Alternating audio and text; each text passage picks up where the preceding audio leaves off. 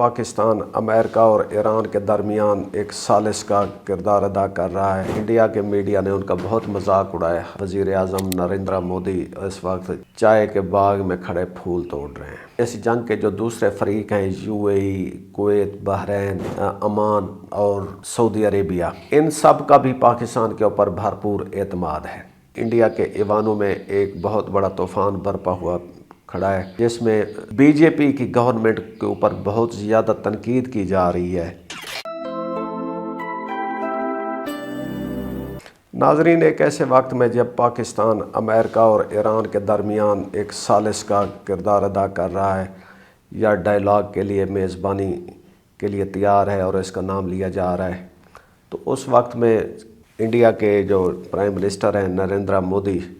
وہ ایک چائے کے باغ میں چائے کے پھول توڑ رہے تھے،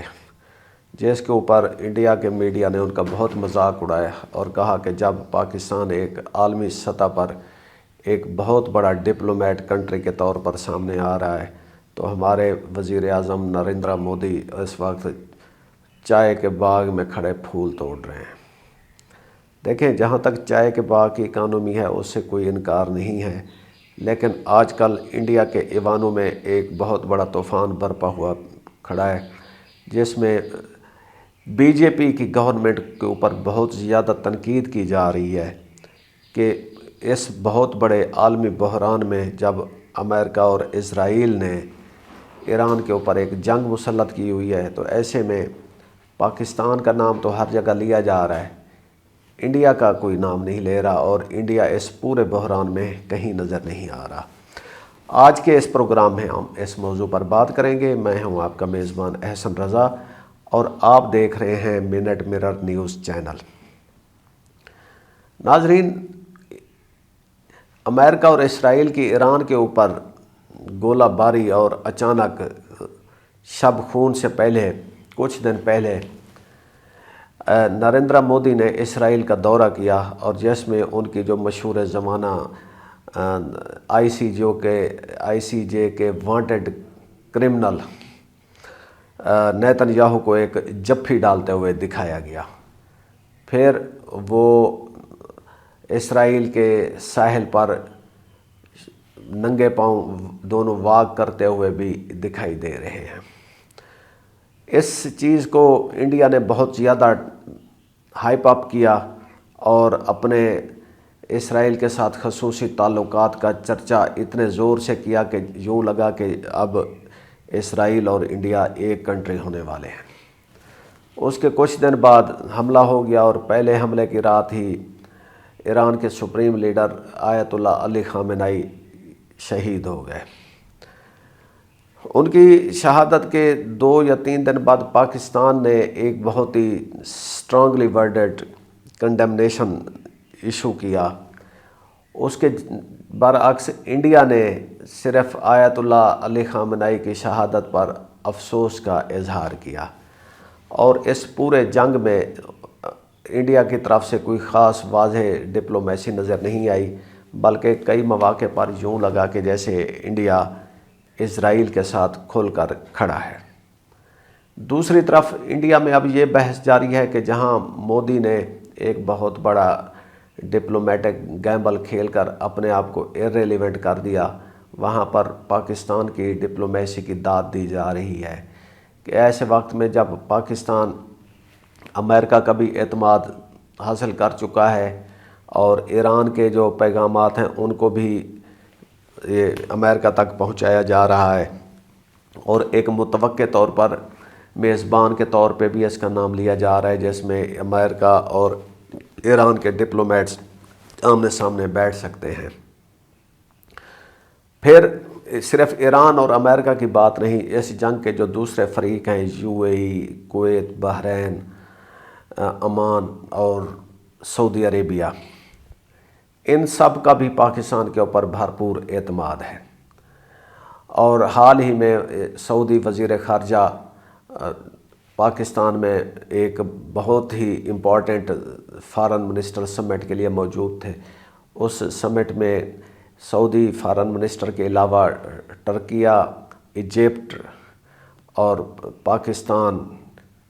کے وزرائے خارجہ بھی شامل تھے، تو اس کو ایک بہت بڑی سمٹ قرار دیا جا رہا ہے۔ مسلم ورلڈ کے جو دوسرے ممالک ہیں انڈونیشیا اور ملیشیا، وہ بھی اس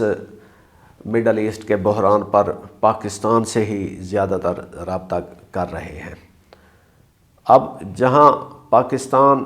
ایک بہت پرو ایکٹیو رول ادا کر رہا ہے، اور حال ہی میں پاکستان کے وزیر خارجہ اسحاق ڈار چائنا کے دورے پر ہیں، جہاں پہ ان کا بہت گرم جوشی سے استقبال کیا گیا، اور خیال کیا جا رہا ہے کہ جو آنے والے ایران اور امریکہ کے درمیان ڈائیلاگ ہیں تو اس میں چائنا کا رول بھی شامل ہوگا۔ یہ تو ہوگی اب پاکستان کی بات۔ دوسری طرف ہم انڈیا کی بات کرتے ہیں، تو انڈیا نے اس وقت کسی قسم کا کوئی رول ادا نہیں کیا۔ اس کی وجہ یہ ہے کہ انڈیا کی ڈپلومیسی اس کو ایک آئسولیشن میں لے گئی ہے۔ فار ایگزامپل، انڈیا کے پرائم منسٹر نریندر مودی کا اسرائیل کا جو دورہ ہے جنگ سے پہلے، اور پھر جنگ کے دوران ایران کے لیے کولڈ شولڈر دکھانا، اس نے انڈیا کے لیے ایک بہت بڑی سفارتی تنہائی پیدا کر دی ہے۔ اس کے علاوہ انڈیا کے جو اور محرکات جو اس کو اس تنہائی میں لے جاتے ہیں، وہ ہیں اس کا اپنے ہمسائیوں کے ساتھ بہت ہی کشیدگی۔ تقریباً جتنے ہمسائے ممالک ہیں، آپ نام لیں، بنگلہ دیش کا لے لیں، پاکستان کا لے لیں، چائنا کا لے لیں، سری لنکا کا لے لیں، اور نیپال کا لے لیں، ان سارے کنٹریز کا اس وقت انڈیا کے ساتھ کشیدگی ہے، کسی کے بھی دوستانہ تعلقات نہیں ہیں۔ تو ایسے میں انڈیا کی جو اپوزیشن ہے وہ مودی گورنمنٹ کو بار بار یہ کہہ رہی ہے کہ وہ پاکستان سے سبق سیکھے کہ کیسے متوازن خارجہ پالیسی اپنائی جاتی ہے، اور کیسے چین، امریکہ اور دوسرے ممالک سے ان حساس معاملات میں اپنی اسٹریٹجک لوکیشن استعمال کرتے ہوئے اس ایشو کو حل کرنے کی کوشش کر رہا ہے۔ اور سب سے جو اہم بات ہے کہ پاکستان خود کو ایک سلوشن پارٹنر بنا رہا ہے، سلوشن کا اور پرابلم، اس کرائسس کا پرابلم نہیں بنا رہا۔ اب انڈیا ابھی تک کنفیوز ہے کہ اس کو اسرائیل کے ساتھ کھڑا ہونا ہے، اسرائیل کے ساتھ کھڑا ہوا ہے، لیکن ایران سے بھی تعلقات نہیں خراب کرنا چاہتا، امریکہ کو بھی ناراض نہیں کرنا چاہتا۔ تو اس کا نتیجہ کیا ہے؟ نتیجہ یہ ہے کہ انڈیا کے ڈپلومیٹس اس وقت خاموشی اختیار کیے ہوئے ہیں، کہیں کہیں آتے جاتے وہ پاکستان کے پرو ایکٹیو رول پر ان کی جو پریشانی ہے وہ واضح نمایاں نظر آ رہی ہے۔ ایسے میں انڈیا کے ایک بہت ہی سلجھے ہوئے اور بہت ہی تجربہ کار ڈپلومیٹ اور ان کے جو ایکسٹرنل افیئرز کے منسٹر ہیں جے شنکر، ان کی طرف سے ایک بہت ہی معیوب اور گرا ہوا بیان سامنے آیا۔ انہوں نے کہا کہ جی پاکستان تو ایک بروکر، یعنی انہوں نے پھر اردو ہندی میں یہ لفظ استعمال کیا کہ دلال کا کردار ادا کر رہا ہے۔ اب پوری دنیا میں اس وقت کئی سارے کرائسس ہیں جن میں کہیں پہ